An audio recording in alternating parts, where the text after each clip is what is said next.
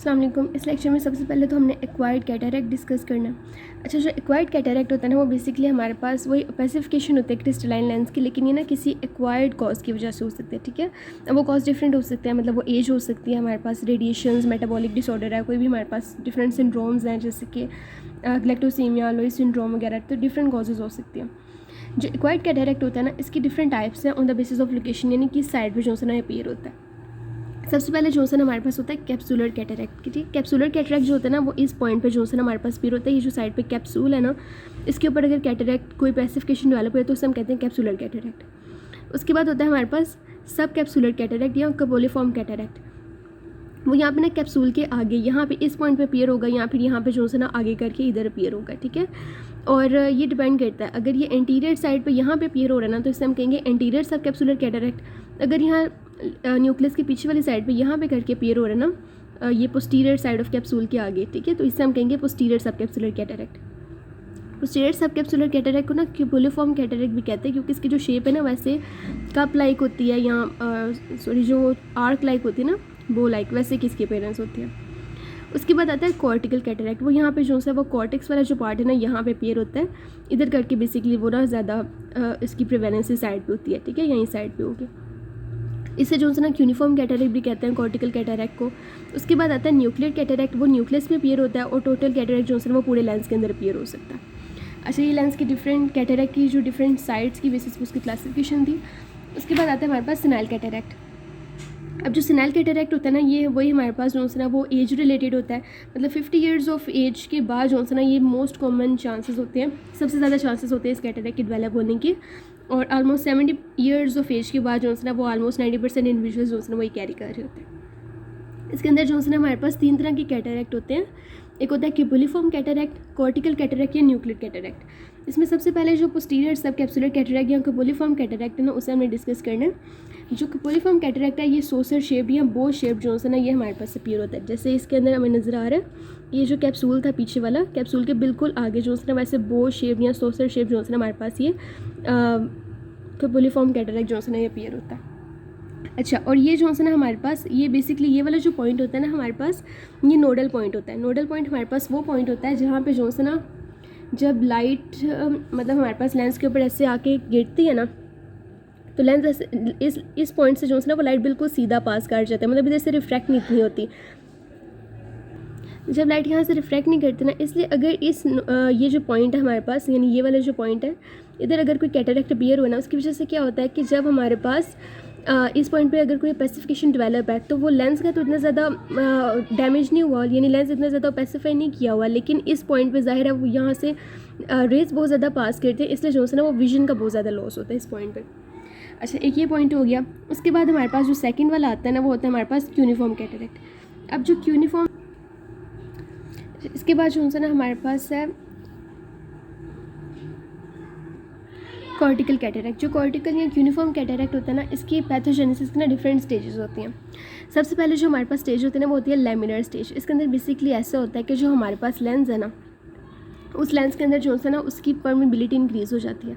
उसकी permeability increase होने की वजह से क्या होता है कि सारा जो वाटर है ना वो लेंस के अंदर जो है ना वो एंटर होने लग जाता है कैप्सूल से। ठीक है, जब वो सारा वाटर अंदर तो है ना, लेंस के जो है ना साइड्स पे जो लैमेला पड़े होते हैं ना, उन लैमेला के अंदर जो है ना वो वाटर एंटर होने लग जाता है, और वो जो लैमेला है उनकी सेपरेशन स्टार्ट हो जाती है। जब वो लैमेला जो होते हैं हमारे पास लेंस की, उनकी अंदर सेपरेशन स्टार्ट हो जाती है, तो उनकी अपीयरेंस जो है ना वो हमारे पास एक स्पेसिफिक अपीयरेंस आती है। जब उनकी हम मैक्रो फोटोग्राफ जो है ना वो क्लिक करते हैं ना, तब हमारे पास ना कुछ ऐसे करके अपीयरेंस आते हैं। ठीक है, इसके अंदर वो नज़र आ रहा है कि जो लेंस के लैमिला है, वैसे डिफरेंट लैमिला जो है ना वो सेपरेट हुए हैं, क्योंकि उनके दरमियान जो है ना वो वाटर आया, उसकी हाइड्रेशन हुई होती है इसलिए। अच्छा, ये वाला पॉइंट होता है सबसे पहले लैमिलर सेपरेशन के अंदर, कि वाटर आ गया हमारे पास वो डिफरेंट लैमिला के दरमियान, इसलिए जो है ना हमारे पास उन लैमिला की सेपरेशन हो गई है। अब जब लैमिला की सेपरेशन होती है ना, तो जो लाइट है ना वो स्कैटर करने लग जाती है, यानी वो फैलने लग जाती है, एक पॉइंट पे फोकस नहीं होती। तो पेशेंट जब देखते हैं ना, तो उसे जो है ना विजन में ग्लेयर नज़र आता है, यानी वो किसी भी लाइट की तरफ देखेगा ना तो उसे ऐसे ग्लेयर नज़र आएगा, बहुत ज़्यादा मतलब ब्राइटनेस होगी, यानी पेशेंट कंप्लेन करेगा कि उसे ठीक तरीके से चीज़ें नज़र नहीं आती, लाइट बहुत ज़्यादा है या ग्लेयर होता है बहुत ज़्यादा। अच्छा, लेकिन इस वाले पॉइंट के ऊपर जब हम लेंस को जो है ना वो देखते हैं ना, एग्जामिन करते हैं, तो हमें जो है ना ओपेसिटीज़ इतनी नहीं नज़र आती, लेकिन जो लेंस है ना उसका कलर जो है ना वो ग्रे थोड़ा सा नज़र आता है। उसके बाद जो सेकंड पॉइंट है वो हमारे पास होता है इंसिपिडेंट कैटरेक्ट। इंसिपिडेंट कैटरेक्ट के अंदर ऐसा होता है कि जो हमारे पास जो वेज शेप्ड यूनिफॉर्म ओपेसिटी जो है वो अपीयर होते हैं, ठीक है। जैसे कि वो वाली जो हमारे पास डायग्राम थी,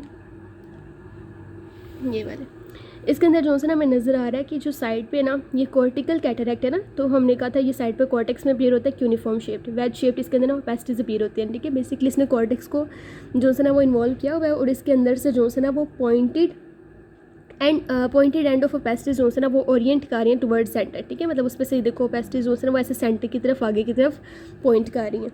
अच्छा, इससे क्या होता है कि ये जो ओपेसिटीज ऐसे डेवलप होते हैं ना, इसकी वजह से जो लेंस है ना उसका रिफ्रैक्टिव इंडेक्स चेंज हो जाता है। जब लेंस का रिफ्रैक्टिव इंडेक्स चेंज होगा ना, उसकी वजह से क्या होगा कि जो लेंस है ना मतलब वो विजन में प्रॉब्लम्स होंगी, पेशेंट ठीक तरीके से देख नहीं सकता, विजुअल परफॉर्मेंस डिक्रीज़ हो जाएगी। एक तो पेशेंट को हेलोज नज़र आएंगे। हेलोज का मतलब ये है कि जब वो लाइट की तरफ देखेगा तो उसे जो है ना लाइट के अराउंड एक ब्राइट सा सर्कल सा नज़र आता है। उसके अलावा जो पेशेंट है ना उसे डिप्लोपिया यानी डबल विजन नज़र आते हैं, या पोलियोपिया। पोलियोपिया का मतलब होता है कि जब भी पेशेंट जो है ना उसे कोई भी ऑब्जेक्ट दिखाया जाता है तो पेशेंट को ऐसा लगता है कि वो ऑब्जेक्ट अगर उसकी साइड से हटा भी दिया जाए, यानी उसके सामने से हटा दें, फिर भी उसे ना काफ़ी ज़्यादा इमेजेस जो है ना उसके नज़र आ रहे होते हैं। लेकिन जो प्लेनोस्पी है वो इसके ना ऑपोजिट होता है। उसमें ऐसा होता है कि पेशेंट को अगर एक ऑब्जेक्ट भी दिखाया जा रहा है, जैसे उसे पेंसिल दिखाए हैं तो उसे बहुत ज़्यादा पेंसिल्स नज़र आ रही होती हैं। लेकिन पोलियोपिया में अगर ऑब्जेक्ट उसकी विजन मतलब उसकी जो विजुअल फील्ड से हटा भी दिया जाए, फिर भी उसे मल्टीपल टाइम्स जो है ना वो ऑब्जेक्ट नज़र आ रहा होता है। अच्छा, तो ये वाला जो एबनॉर्मैलिटीज़ हैं ये भी पेशेंट जो है ना उसके अंदर अपीयर हो रही होती हैं। उसके बाद आता है इमेच्योर कैटरेक्ट। इमेच्योर कैटरेक्ट में ऐसा होता है कि जो विड शेप्ड कॉर्नियल ओपेसिटीज़ थी जो डेवलप हो रही थी यहाँ पे कैटरेक्ट की मतलब यहाँ पे साइड पे ऐसे करके, यहाँ पे करके ओपेसिटी जो है ना वो ऐसे डेवलप हो रही थी, या आहिस्ता आहिस्ता जो है ना वो इलार्ज करना स्टार्ट कर देते हैं, बड़ी होती जाती हैं और इलार्ज करके वो क्या करते हैं, वो हमारे पास ना डिफ्यूज़ करके मतलब फ्यूज़ कर जाती हैं और एक बड़ा जो एरिया ना कॉर्टेक्स का वो इन्वॉल्व कर लेती है। अब इसकी वजह से क्या होता है कि जो रिफ्रैक्टिव इंडेक्स होता है ना कॉर्टेक्स का और न्यूक्लियस का वो इक्वल हो जाता है। इंसिपिडेंट कैटरेक्ट में रिफ्रैक्टिव इंडेक्सेस चेंज हो रहे थे और लेंस ओपेक हो रहा था, ठीक है, ओपेसिटीज डेवलप हो रही थी। इमेच्योर कैटरेक्ट में क्या हुआ है कि न्यूक्लियस और कैटरेक्ट की जो रिफ्रैक्टिव इंडेक्स है वो सेम हो जाता है। न्यूक्लियस का नॉर्मली रिफ्रैक्टिव इंडेक्स ना 1.406 होता है, कॉर्टेक्स का 1.386 होता है, 386 होता है। तो ये ऑलमोस्ट इनका रिफ्रैक्टिव इंडेक्स जो है ना वो सेम हो जाता है। जब इन दोनों के न्यूक्लियस और जो हमारे पास कॉर्टेक्स है इसका रिफ्रैक्टिव इंडेक्स सेम है तो लाइट इतना ज़्यादा जो है वो हमारे पास अच्छे तरीके से रिफ्रैक्ट नहीं करेगी लेंस से। इसकी वजह से क्या होता है हमारे पास हाइपरमेट्रोपिया शिफ्ट होता है। हाइपरमेट्रोपिया शिफ्ट का क्या मतलब है, मतलब नॉर्मली जो हमारे पास इमेट्रोपिक आई में क्या होता था कि जब भी रेज ऑफ लाइट आती थी वो रिफ्रैक्ट होकर हमारे पास इस स्पेसिफिक पॉइंट पे जो है ना वो इमेज बन रहा था, यानी जितने यहाँ पे रेटिना के पास जहाँ भी उसे रिफ्रैक्ट करके इमेज बनाना चाहिए उसी जगह पे बना रही थी। लेकिन इस केस के अंदर क्या हुआ है कि वो रिफ्रैक्टिव इंडेक्स चेंज होने की वजह से वो लाइट ठीक तरीके से रिफ्रैक्ट नहीं कर पाती, तो हमारे पास जो इमेज है वो यहाँ इस पॉइंट पे बनने के बजाय पीछे जाके कहीं बनता है, ठीक है। तो इससे कहते हैं हाइपरमेट्रोपिक शिफ्ट, ठीक है। तो ये हमारे पास जो हाइपरमेट्रोपिक शिफ्ट है यानी जो हमारे पास नॉर्मल जो इमेज अपीयरेंस जिस साइड पे होनी थी उसकी बजाय आगे जाके किसी और पॉइंट पे जो है ना वो इमेज बन रहा है, कहीं पीछे जाके बन रहा है। तो ये जो है ना हमारे पास एक स्पेसिफिक पॉइंट होता है इस यूनिफॉर्म कैटरेक्ट या कॉर्टिकल कैटरेक्ट का। उसके बाद हमारे पास आता है इंट्यूमिसेंट कैटरेक्ट, इसकी फोर्थ स्टेज।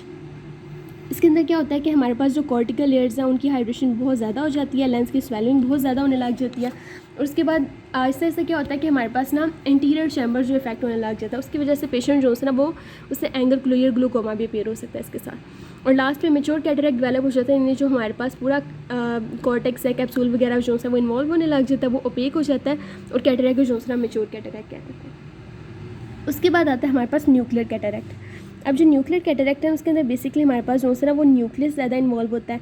अब न्यूक्लियस इन्वॉल्व होने की वजह से क्या होता है कि पेशेंट जो है ना न्यूक्लियस की पहले डिहाइड्रेशन होती है और फिर सिक्लेरोसिस स्टार्ट हो जाती है, न्यूक्लियस हार्ड होना स्टार्ट हो जाता है। जब वो हार्ड होता है पहले तो ऐसे होता है कि पेशेंट को जो है ना मायोपिक शिफ्ट होती है। मायोपिक शिफ्ट वैसे ही है जैसे हमारे पास हाइपरमेट्रोपिक शिफ्ट में जो रेज लाइट की रेज हैं वो रिफ्रैक्ट होकर ऐसे पीछे कहीं इमेज आके बन रहा था ना इस पॉइंट पे।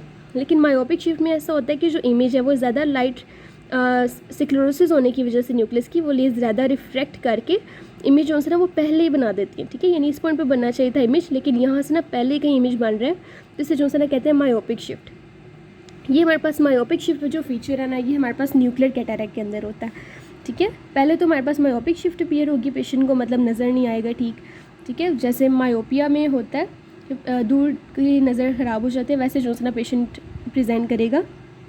लेकिन ऐसे ऐसे ऐसे होगा कि पेशेंट जो है ना वो जब पूरा लेंस की सिक्लेडोसिस होगी तो ऐसा ऐसा जो पूरी विजन है ना वो डिटोरिएट कर जाती है, ठीक है। और इस तरह जो है ना पूरी वाइट कलर की ओपेसिटी डेवलप होती है।